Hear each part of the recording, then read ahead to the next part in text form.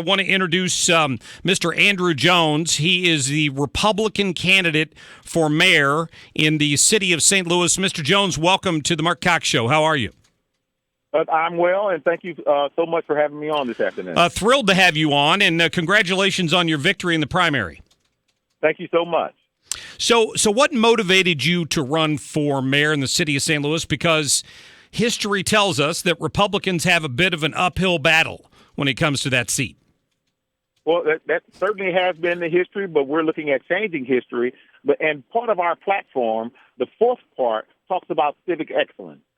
Certainly, I've been on the executive staff for a local utility in the southern Illinois area, and I always used to go home and sit on the couch, and my wife would say, "Boy, you're always talking about you could fix this, you could fix that. Why don't you get off the armchair quarterback position and get involved, because you're always talking about civic excellence and the absolute need for citizens to be involved in changing their community." And so that's what gave me the catalyst to move forward to say I should try to help my city get better. So then let's fast forward and assume that the residents of St. Louis vote for you as mayor. What do you do differently to change what has really been a generational attempt by the Democrats, I believe, in the city of St. Louis to increase social spending and increase handouts for big developers to try to get things built? People then walk away from it like the Rams did, and we have an empty dome sitting down there. How would your approach differ from what they've done all these years? Well, that will lead me to the second part of our program and our platform, which talks about economic development, community development, business development, and using the best practices therein. Now, certainly when I look at what's happening with this Rams Stadium, the MLS, you look at the tax for the expansion of Metrolink. They're certainly just not taking into consideration their fiduciary responsibilities with the taxpayers' money. They don't care about how it impacts the lowest income earners within the city, and certainly working class and middle class citizens certainly don't want their taxpayer money being utilized in a frivolous way. And we're looking at utilizing best practices, utilizing policies that will make the people that are in charge take a strong look, a quantitative look at NOI, looking at return on investment. We're looking at everything before you move forward with any initiative that comes before the city to bring in new business entities within the city. And again, if it can't be conventionally financed, why should we be involved with that in the first place? Yeah, so we'll look at doing things from that perspective when it comes to those three categories. You know, I understand the situation in the city. I worked as a reporter for many years at Channel 4. We covered some of the budget difficulties down there with pension requirements and other things, and the fact that, correct me if I'm wrong, but a couple years ago when I covered this story, the earnings tax, for example, was about a third of the budget. It was about the equivalent of what they paid for the police every year in the city of St. Louis. So the city is strapped when it comes to income, and they seem to constantly be doing things that hurt business as opposed to attracting new jobs. Well, again, this is a lack of fiduciary responsibility, and I would even humbly submit that there's probably some level of incompetence involved. Because, again, if we go back to the MLS Stadium, that league has been in existence for 21 years. It has not turned a profit. We know attendance is inflated, and they massage the numbers with that.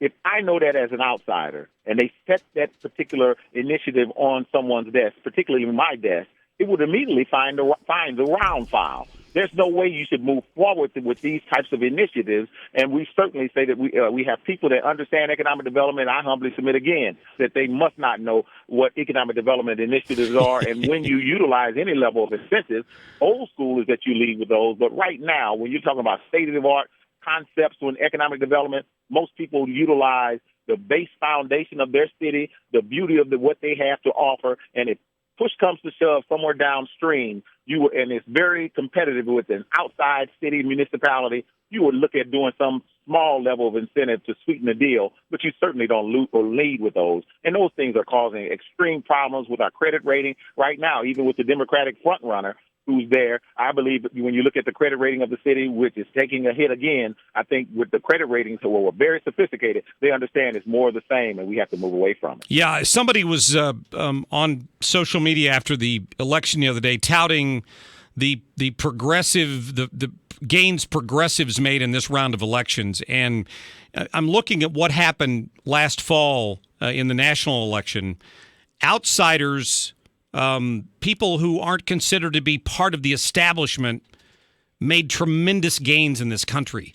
Do you feel like there's still a chance here where your candidacy as somebody who's not part of this establishment in the city can come in and offer a real alternative to what they've been doing here? Oh, certainly, because I think it makes sense. And people, no matter if people want to say to what people just don't get it at this particular point in time, when we were at the forums, when we were allowed to participate, we had a lot of influx of people come up to us and communicate with us about the message sounds great. They are tired. They want a legitimate change, and they know that the existing people that have been involved with the policies that have failed can't deliver that level of change. And I believe our platform makes absolute sense.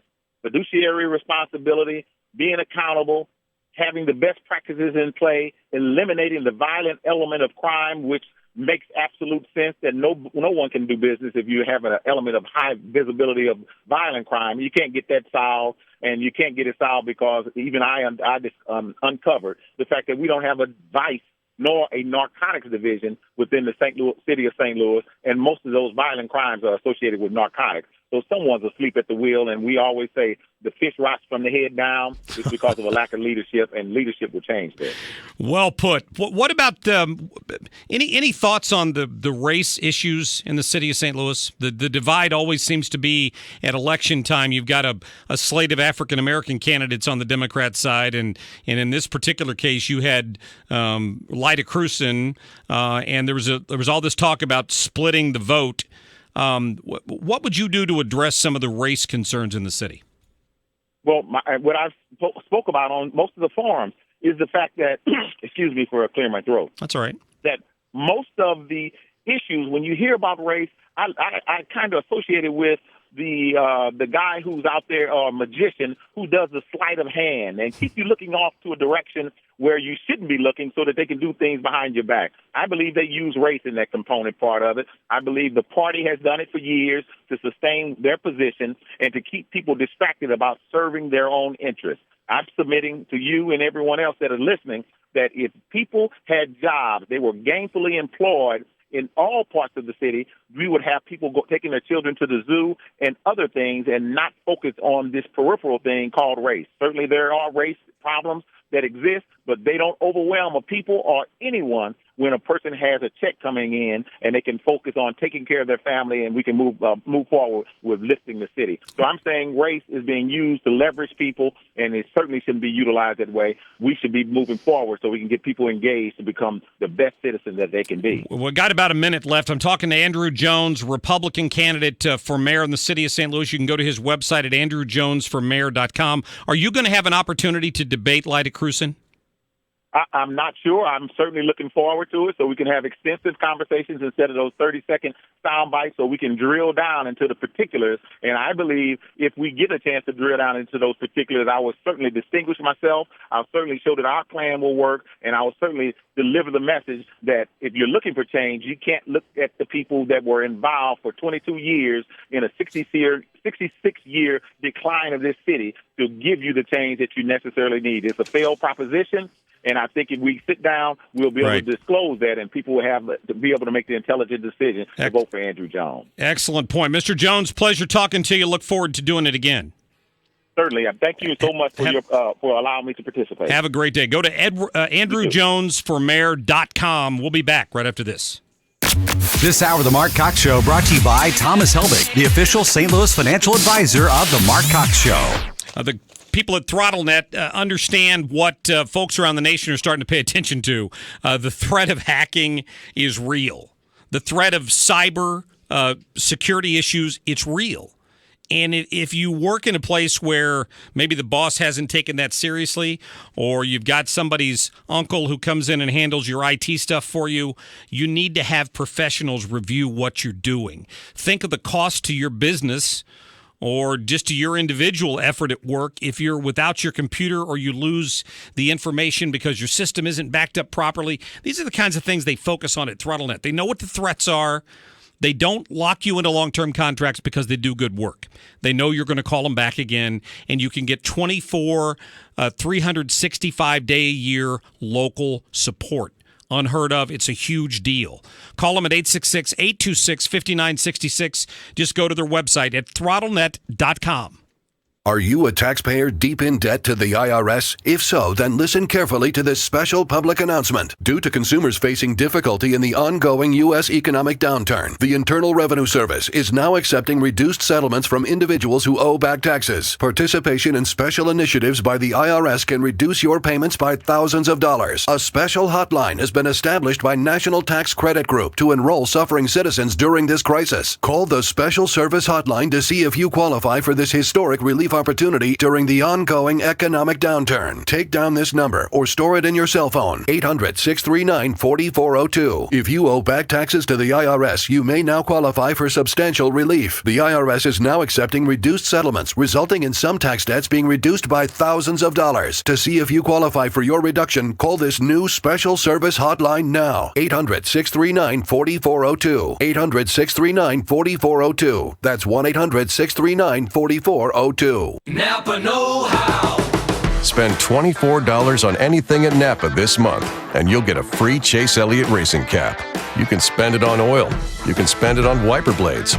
Heck, spend it on a year's supply of Pine Tree air fresheners. No matter what you spend $24 on, you'll walk away with a free Chase Elliott racing cap planted firmly on your noggin. That's Napa know-how. Napa know-how. At participating Napa Auto Parts stores while supplies last. Offer expires 3/31/17.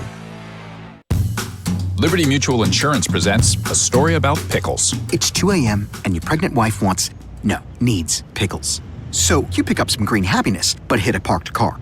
Great, something else to worry about. Luckily, Liberty Mutual Insurance has 24/7 claims assistance, so you can take care of your claim right away. Problem solved. Now, if only you bought the right pickles. Visit a local office or call 844-8-LIBERTY. You can leave worry behind when Liberty stands with you. Liberty Mutual Insurance. Coverage is underwritten by Liberty Mutual Insurance Company. KFTK FM Florissant, KFTK AM East St. Louis, K254CR St. Louis. The Mark Cox Show, brought to you by Thomas Helbig, the official St. Louis financial advisor of The Mark Cox Show. Find everything Mark Cox at 971talk.com/Cox. FM News Talk 97.1. FM News Talk 97.1. Fox News Radio. I'm Chris Foster. After 27 hours of debate, a Republican plan to replace Obamacare makes it through another House committee. Fox's Jared Halpern is at the Capitol. It's a pair of early victories for House Republicans winning approval for their health care bill now in 2 committees. Without objection, this committee stands adjourned.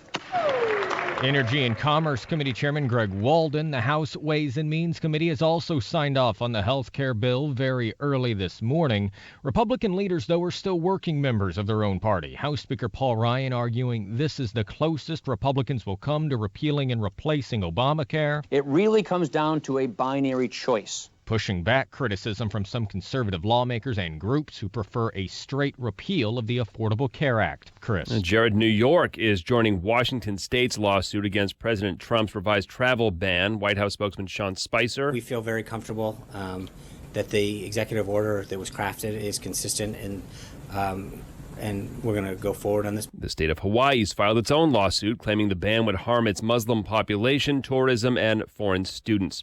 A grandfather of a girl murdered in Indiana is asking for the public's help catching the killer. 14-year-old Liberty German and 13-year-old Abigail Williams were murdered last month on a walking trail in Delphi, Indiana, at a request from German's grandfather. Take 1 minute and study the picture and audio. German had the wherewithal to take a picture and record this voice. The man who Indiana State Police Sergeant John Perrine thinks is responsible. We're hoping the tip's there. Over 11,000 tips have come in. They want more and are offering $250,000 for the tip that leads them to their man. That's Fox's Jeff Manasso. On Wall Street, the Dow's down 32 points, and you're listening to Fox News Radio. Fair and balanced. You can't see me because of radio, and I can't see you because I'm totally blind. My blindness doesn't hold me back, but I fight to stay awake during the day because I'm not sleeping through the night.